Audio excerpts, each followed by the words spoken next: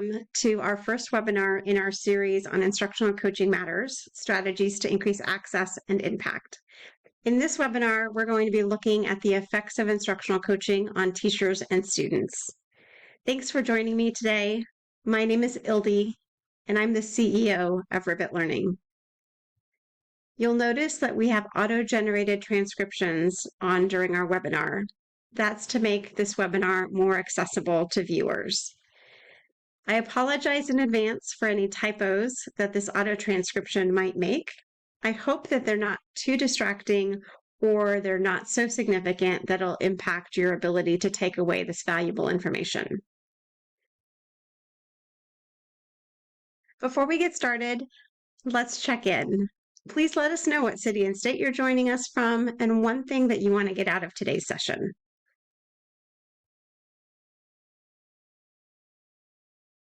I can see that getting access to data and information about effectiveness of instructional coaching is high on the list, and we promise we'll get to that. So this is me and my team. Robert DeBacco is our Chief Operating Officer, and Adrian Teo is our Chief Technology Officer. And together, the three of us are building Ribbit Learning, which is a technology platform to deliver and scale instructional coaching. We're supported by our advisors who are various expertise from across different sectors of education so that we are building a technology and resources that actually meet the demand and the need of problems of practice that are really being faced by teachers and leaders in schools today. Take a second to read the learning objective on the screen. By the end of this webinar, my hope is that you'll have a better understanding of the research that supports expanding access to instructional coaching to more teachers, as well as have resources that you need to be a better advocate for instructional coaching programs in your school or district. Before we dive into the research on the effects of instructional coaching, I want to make sure that we have a common understanding of what instructional coaching is and isn't. On the screen, you can see that oftentimes we use coaching and mentoring interchangeably in our systems. So we want to be clear that instructional coaching and instructional coaches serve a very different role than mentors. So take a moment to just read the two examples or descriptions of what a coach is and what a mentor is.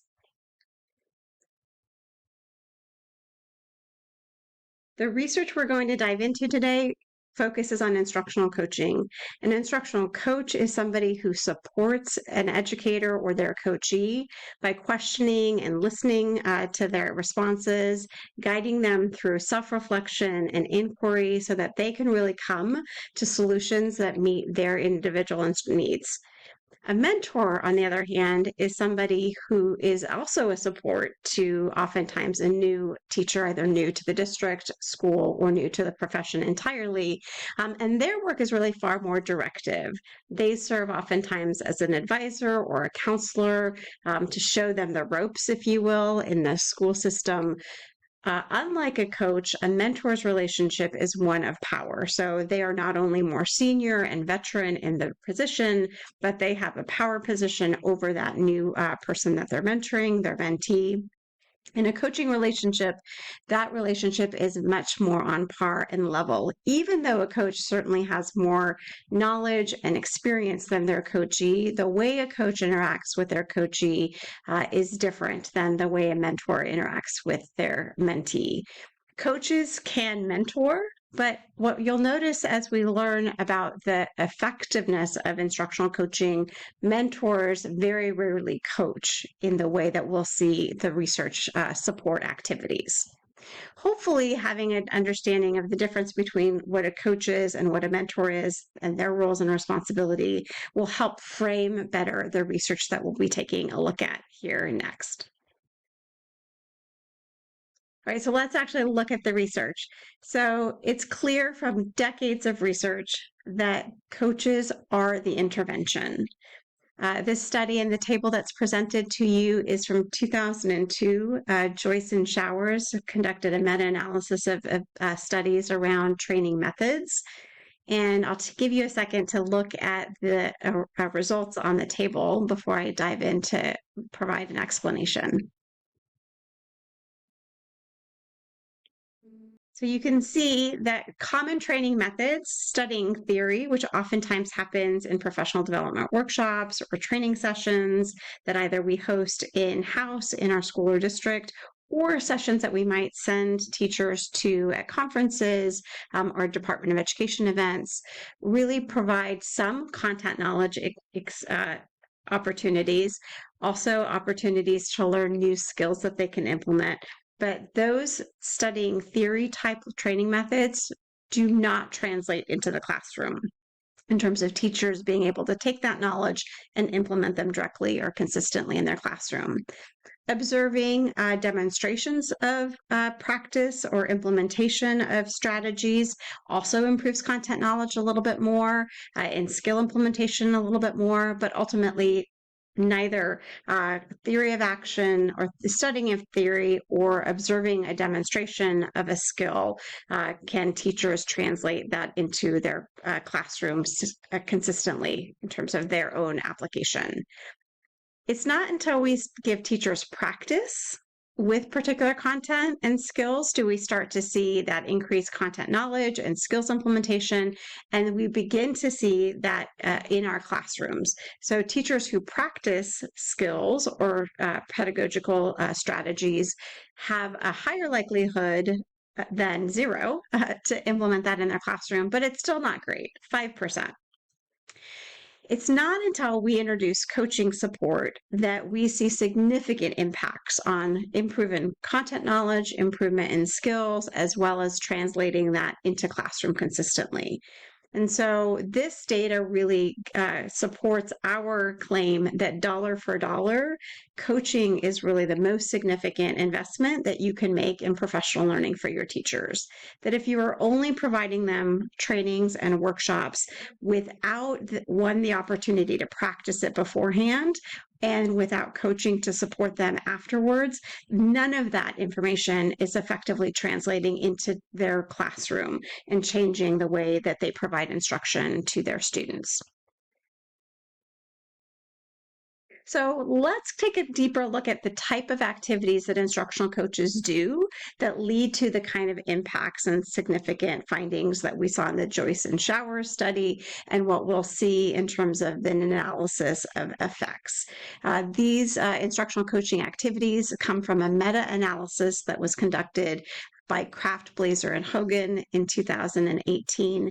They've since continued to study the effects of instructional coaching, but they describe instructional coaching as a process where an expert works with teachers to discuss classroom practice.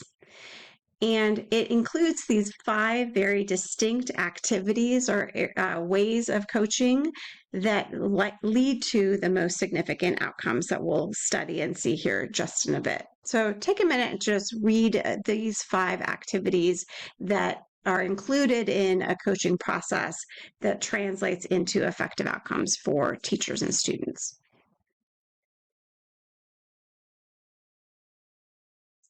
So you can see that the focus of instructional coaching on classroom practice is one that is individualized to the teacher or the coachee, is intensive, meaning that it happens on a regular basis over time, is sustained over an extended period of time, really focuses on the context of that that teacher's classroom, right? So the ultimate goal of coaching is having that teacher take whatever new knowledge or skills that they've gained and actually apply it directly into their classroom with the students they serve. And it's focused, right? So it's focused on deliberate practice of specific skills that that teacher needs to support their students or change their pedagogy. So you might be thinking and comparing and contrasting your own current coaching program or the coaching program that you would like to create, and seeing whether or not your coaches engage in these particular kinds of activities. If not, those are our opportunities for improvement. And if you're thinking about creating a coaching program from scratch, these are absolutely things that you're wanting to include and incorporate in to any coaching program that you create. So let's take a look at how those activities actually translate to changing teachers' behavior and improving student outcomes. So this theory of action comes from that same Kraft, Blazer, and Hogan study. And I should say that it's a meta-analysis, so it's a study of studies. They looked at over 60 different studies of instructional coaching to identify the most effective practices, as well as create this theory of action. Hopefully, this theory of action is also helpful to you as you think about communicating what effective instructional coaching looks like and how it can impact students and teachers, as well as a tool for you to evaluate your own current professional learning opportunities for the teachers that you support. So in this theory of action, you can see that it starts with 3 different inputs. The first input is training sessions or workshops. So again, think about the way we pretty generally train teachers, workshops or trainings that either you conduct or you send teachers to. The second input is coaching. I know those bullets are really small to read, but those are the same 5 activities that we just discussed on the previous slide. And then the third input is curricular materials or resources that you're providing to your teachers. Those inputs lead to 2 distinct teacher outcomes. The first is teacher knowledge. So we can see a direct line from training sessions and workshops to increasing and helping teachers build content knowledge and build pedagogical knowledge for teaching. Coaching, you can see, directly links to teaching behavior. So teachers implementing high quality teaching practices and teachers being able to better support and identify strategies to address student outcomes. The third input, curriculum materials, also leads directly to teaching behavior. And that's most likely because curriculum materials are, in a sense, prescriptive in terms of directing teachers to act and don't necessarily directly build teacher content knowledge in and of themselves. I want to point out here that training sessions and workshops do not have a direct line to teaching behavior. And if we think back to the Joyce and Showers study that we started with, that makes sense, right? That it doesn't directly change what they do in their classrooms. It does improve their knowledge, and knowledge improvement is an intermediary to increasing teacher behavior. This theory of action is also supported by another researcher or another author called B.J. Fogg, who has described the information action fallacy. And that is the idea that by just providing people more information, that new knowledge will help them change their practice. And we can see from this theory of action, as well as the Joyce and Showers study, that is in fact not the case. That while information is necessary, it's not sufficient to change behavior. And we probably stop and reflect on things in our own personal life where just knowing that we should do things differently or in another way doesn't translate to us acting on that knowledge or information. So whether it's in your personal life or your professional life, we really see that the need for a coach to support implementation is critical. Because it's not until we see behavior change, again, from either the relationship of a coach or the implementation of curricular materials, that we can see student outcomes. So again, there's not a direct line from teacher knowledge to improve student outcomes. The only through line to student outcomes is through changes to teacher behavior. And those student outcomes that we're all looking for are obviously improvements in student academic achievement and improvement on social emotional development. So take a minute to just stop and reflect on this theory of action. How does it jive with what you know about how teachers learn in your school or district, or maybe even how you learn yourself as a professional? All right, so now let's take a look and dive into the actual benefits of coaching. Now, remember, the coaching that we're talking about are those 5 different activities that a coach who's working in a dialogical coaching model as a support to a teacher is actually going to achieve. So, the effect of instructional coaching is large and positive, and it's measured in standard deviations across these 60 studies. That effect of a 0.49 is significant in terms of educational research, but let's put that into perspective. So, the impact of instructional coaching is greater than the difference between a novice and a veteran teacher in their instructional quality. So, in other words, teachers who receive instructional coaching their performance or instructional quality is greater than the difference of looking at the quality of instruction between a novice and a veteran teacher. Additionally, it's larger than the effect of either teacher pre-service training or merit-based pay. So two common school-based improvement strategies. And so again, what that's saying is the effect of instructional coaching on teachers' ability to support students or teacher quality is greater than the effect of pre-service training, how much training they get, or merit-based pay. So thinking through the different types of initiatives that you might be using in your school or district, focusing on instructional coaching is certainly a significant driver for instructional practice and teaching quality. There are other benefits to teachers across these studies. So, thinking through that relationship between an instructional coach and the teachers that they support, obviously, that model encourages collaborative reflective practice. It encourages the use of data analysis and a variety of data in terms of problem solving and thinking about the classroom context. All of that support improves school culture and teacher working conditions, which we know has a direct relationship on teacher burnout and teacher retention. So we can see that teachers who receive coaching have lower levels of burnout, feel more supported, and are more likely to stay in the school and in the profession. So let's look at the benefits of coaching on students. So that third part of our logic model or our theory of action. And so we can see that instructional coaching has an independent and positive effect on student achievement as measured by standardized achievement tests. That effect is measured at 0.18 standard deviations, so not as large as the effect on teachers directly, but that makes sense if we think about that theory of action. Coaches are not directly impacting students, that teacher is still that intermediary to the influencing student outcomes. But let's look at that effect of 0.18 standard deviations. That is greater than or equal to the degree in which teachers improve their ability to raise student achievement during their first 5 to 10 years in their career.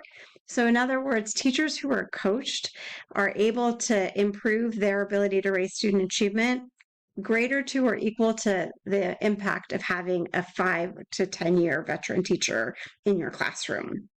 So pretty significant improvements in terms of student impact. Second to that is that coaching gives you larger effects than extended learning time for students. So many of us in our school systems are adding tutoring or additional learning time, tier 2 and tier 3 intervention time, and that is absolutely necessary. Of course, we are not suggesting that students do not need extended learning time, especially to close achievement gaps and make up for lost instructional time. But what this is saying also is that instructional coaching in terms of supporting teachers' ability to improve student outcomes is larger than the effect of just extended learning time alone. So thinking about coupling instructional coaching with this extended learning time, that could really maximize the effect on student outcomes when you have more supported teachers who have greater efficacy in their ability to implement pedagogy and instructional strategies in their tier 1 instruction. That coupled with extended learning time could really be very significant. In addition to the academic achievement impacts of instructional coaching, we also see from studies that instructional coaching can have a positive effect on discipline rates, especially for Black students. So this particular study looked at teachers who were coached and their ability to increase engagement with high-level analysis and inquiry of the Black students in their classrooms. That translated to lower rates of disciplinary referrals for those same students. So you can see that instructional coaching affects both student outcomes academically, but also with respect to this kind of disciplinary data to support a well-rounded student.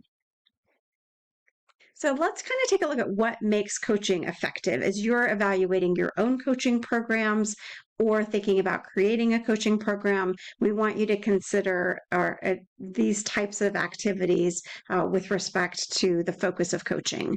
So it's clear from the meta-analysis that building teachers' content knowledge either along with or before coaching is beneficial. Again, think back to that theory of action that we reviewed. So when we pair coaching with either group training, which is most often when that's happening, that pairing of coaching to support the learning and group professional development is associated with a larger effect on instruction at 0.31 standard deviations and on achievement at 0.12. So when we pair coaching with content knowledge that's derived through professional development or training, we see maximum effect in our classrooms. Second, what we want to think about is the quality and the focus of coaching is more important than the number of hours that coaching actually occurs. So high quality coaching and the focus of coaching on the classroom makes a bigger difference than how much coaching time a coachee receives. There's no clear evidence in the meta-analysis that more coaching is better. And the third, virtual coaching is an option to increase access to more coaching. So the use of video conferencing technology, like we use in Ribbit, is as effective as in-person coaching. So if we think about trying to get more coaches and more teachers coaches and more coaching happening in your school systems, the use of technology is absolutely something that could help create an effective coaching program. What else makes coaching effective? Well, a focus on interpersonal relationship building is critical. So the research is pretty clear consistently over time that the success of instructional coaching in order to improve the quality of teachers' classroom instruction is really dependent on the knowledge and skills that the coaches possess, but also their ability to build interpersonal relationships with those that they coach. Without that strong relationship and that ability to build a trusting relationship, coaching does not go as far and it's not as effective. At Ribbit, we think of that as building psychologically safe learning environments for the coachee so that they can be risk takers, they can try new things in their classroom, they can iterate, and they can improve over time. What we can see from research, this 2014 study by the Gates Foundation was later supported by another study by Blazer and his colleagues in 2022, that the relationship of a coach to their coachee matters and that teachers have preferences when it comes to their coaches. So the Gates Foundation study took a group of teachers through a focus group and asked them to rate different preferences for the program design of a coaching program. And it's a little hard to see on the screen, so I'll make sure that I read them aloud to you. So ranked from 1 to 5, the first is that the coach knows what it's like to be in my shoes. So a coach that has taught the same grade level or content area, worked with the same population of students, supported the same kind of instruction is important to teachers. Second is a coach who is an expert in their content area, which makes sense. If I want subject area coaching, I want my coach to know a lot about the content that I teach. Third is that coaching sessions are giving specific actions that can be applied in my classroom immediately. That makes a lot of sense going back to both the theory of action, but also to that original Joyce and Showers data. Fourth is that the coach is well trained in providing feedback so that teachers want feedback, but they want it to be effective. And fifth, that the coach is not the same person who does their evaluation. So all of these preferences really speak to the need to create a diverse population of coaches, which unfortunately in most school systems is incredibly hard to do because of human capital constraints. What we also see later in this 22 study, that obviously this idea of shared experiences and understandings is critical to building this positive working relationship between the coach and their coachee. But they also presented the idea that in addition to that, similarities between race and race ethnicity of a teacher and a coach may also support driving improvement in teachers' classrooms. And so that makes sense if you think about the ability for a teacher to choose a coach who shares not only content knowledge and subject knowledge matter experience and is taught in the same types of schools that I have, but they've lived the same kind of experience that I might have lived as a teacher within that context. You'll receive quite a few resources from us as part of this webinar. The first is the full Kraft, Blazer, and Hogan article if you're the type of person who wants to dive into the full research. But you'll also receive a research review by Elizabeth Foster. It takes that same study, but creates an overview of it that's a little bit more approachable that you may share with others. We've also created a professional development needs assessment on our website. You can access that to see the draft of it. That is a needs assessment that you can conduct with your own teachers to see what professional learning supports that they want, including coaching. That is a tool that we are happy to customize and tailor to individual school districts so that you can collect data as part of your gathering of information. So those resources will be available on our website and available to those of you who are on the webinar. We hope that you are now armed with knowledge that you can be an advocate for coaching, but a particular kind of coaching program and model. And so please take a minute to just read the types of characteristics that we hope that you will advocate for in terms of instructional coaching. You can see that for us, coaching has to be accessible for all educators, no matter what they do or where they work, no matter their years of experience or their performance evaluations or the content area that they teach. We believe that every teacher deserves a coach. We want that coaching experience to be psychologically safe, that incorporates all 5 of those critical activities that we know are evidence-based and supported by the research, so that ultimately we can help teachers improve those outcomes for their students. I want to give you an opportunity for closure and reflection as well. So feel free to pause the video if you're watching this online, or take a minute now to consider one or both of these questions.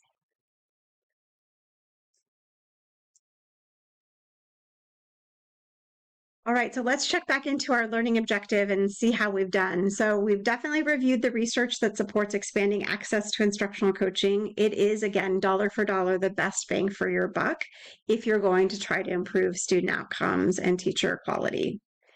And you've had some resources, hopefully, to better advocate for this particular type of coaching programs that meet the needs of teachers in your school or district. At Ribbit, we are on a mission to support new venture teachers, coaches, and administrators. We want to help you improve the working conditions of your educators by giving them voice, choice, and agency in their professional learning, ultimately to help you develop and retain them, because we are on this mission with you to improve the quality of teaching and student outcomes. You'll see my contact information on the screen. If there's anything that we can do to help support you in this work, please feel free to reach out. And want to invite you to the remaining webinars in this series. The next webinar will be focusing on helping to shift the perception of instructional coaching to increase demand for that in your school systems. We'll talk about the benefits of virtual coaching more in our third webinar. And last but not least, considering how much AI is all the rage, we'll talk about why I think instructional coaches, live real human beings, still matter in doing this very important work. So thank you so much for joining us today, and we hope that you got a lot out of this session. Feel free to share it with others so that we can expand coaching opportunities to more teachers across our country. Thanks so much. Have a great day.